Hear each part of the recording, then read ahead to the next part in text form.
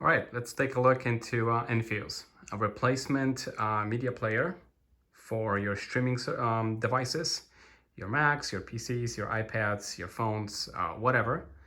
Integrates seamlessly into Plex, so we can pick up where your library is. It also integrates into Trakt, so we can track everything that you watch.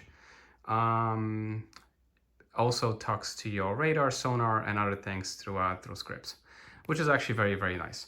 It solves a lot of bottlenecks that Plex has to me, especially with how it handles certain media or certain codecs, like True HD or different flavors or DTS.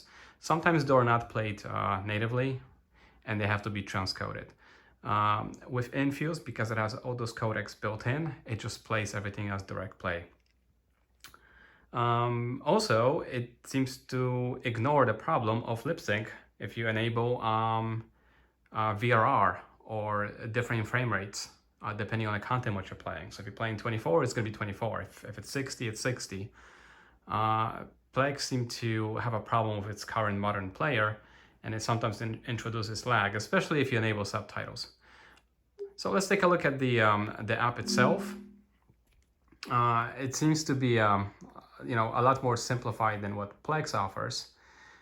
It does have also limitations. As of right now, it's purely video oriented, so it doesn't support things like music, which probably a lot of us might not care that much. Looking at the layout, which is very fast compared to Plex, it's actually dynamically refreshing interface compared to Plex, where you have to rely on refresh intervals, or clicking into an object to get details. This one actually refreshes on the fly. So we start with our watch list. So whatever you're watching, you can also configure this list. That's going to automatically add to your watch list if you add something. So if you have a watch list for movies, it can also automatically add items here as they download or being added to the library. Or you can choose the only items you start, it will land in within watch list, or watching, I'm going to call it here. And of course, they're going to disappear once you finish. But that's nice. We do have our standard categories for library, movies. So we get our standard information about each movie. And for the most part, things like that show up very similarly compared to Plex. It's a more simplified interface, definitely puts in the center the artwork, which I prefer. Also has things like marking its date for watched and unwatched, adding to playlist or watch list, favoring, or playing a trailer. We have a similar thing for TV shows.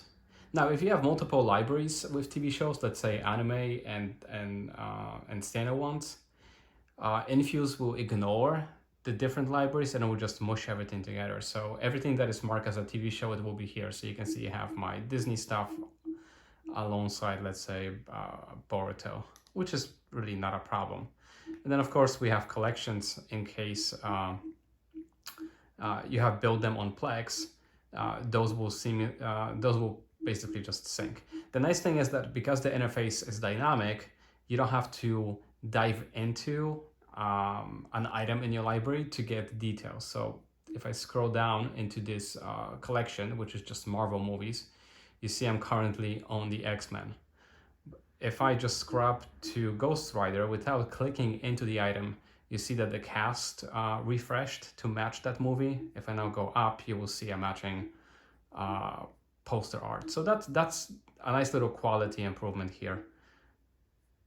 And it's, like I said, it's very, very fast. It will first see if your metadata is available locally. If not, it's gonna sync with Trakt, with poster database, and those other services. So for the most part, the interface is not a problem. One big thing is what it does over Plex is how it handles multiple versions of a movie. If you have 4K, 1080p, or any other flavor advanced, or even a different edition, which is very common, let's say with Star Wars movies, it will give you an option which one you want to play. So let me give it a try with playing Matrix Resurrections. On start, it's going to ask you Which version do you prefer? Do you want a 1080p version with True HD or 4K version, which is much higher bitrate? I'm gonna select the True HD. Also, the media load is much quicker, and of course it supports all the color spaces, HDR, HOG, Adobe Vision, and everything else. Offers the same features and track selection or subtitles like Plex, although it's much better at fetching proper subtitles. Scrubbing and getting a chapter to refresh is also much quicker than on Plex. And in general, scrubbing to any portion of the movie, even if it's a 4K movie, it's much quicker.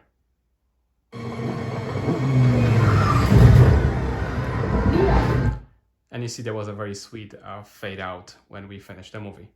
The watch state you see is being indicated by the play button. I'm not sure if you can see, but there's a little divider closer to an end, which shows you how far in a movie you are. I'm gonna, of course, mark it as complete because this movie was played.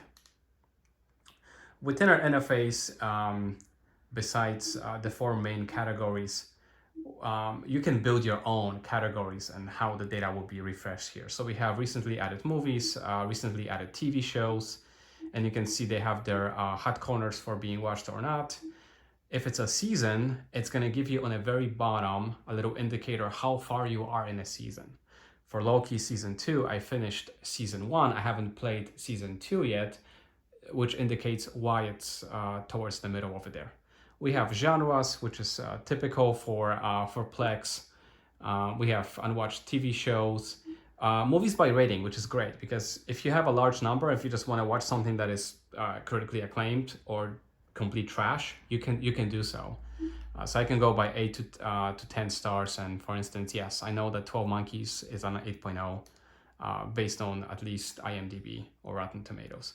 If I want to see a complete trash, I can go to 1 to 4 stars, and I don't think Howard the Duck was that bad. I actually like it, even though it's 4.7. And of course, we also have top-rated movies. There's also a search.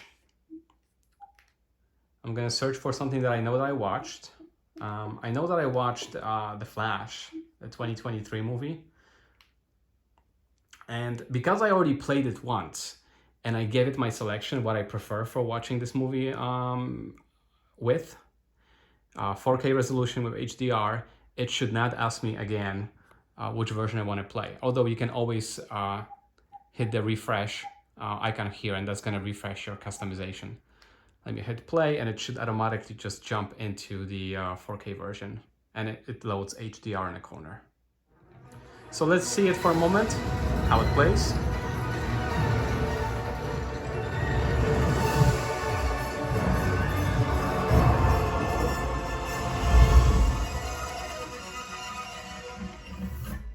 It should be in perfect sync, especially for audio. Eliminates lip sync, which I am a huge fan of. This movie in match frame rate has a severe lip sync issue on Plex client. Sarah, she's out sick, or at least that's what she says. She's got a new boyfriend. What can I get you? Usually it's my usual, and she usually has it ready because I'm usually late. Well, don't keep me in suspense. It's a PB and BRHC on a roll. Okay, so PB would be peanut Right. butter and Yes. something? BR, I'm gonna stop here. I don't want to play the entire movie. Blessed with a fast metabolism. We can actually probably scrub a little bit. You see that the refreshing of the previews on the bottom are very quick. Do you know what this symbol stands for?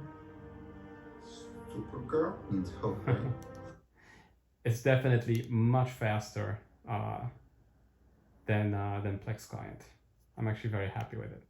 I'm gonna mark it as unwatched because I want to watch it again. No. On the watch list, let me just refresh the home screen. You don't have to do it every time you leave the client, it will refresh itself. Like I said, for the most part, it's dynamic. This will be an interesting movie to watch tonight. Overall, I'm very happy. Let me know what you think. Thanks.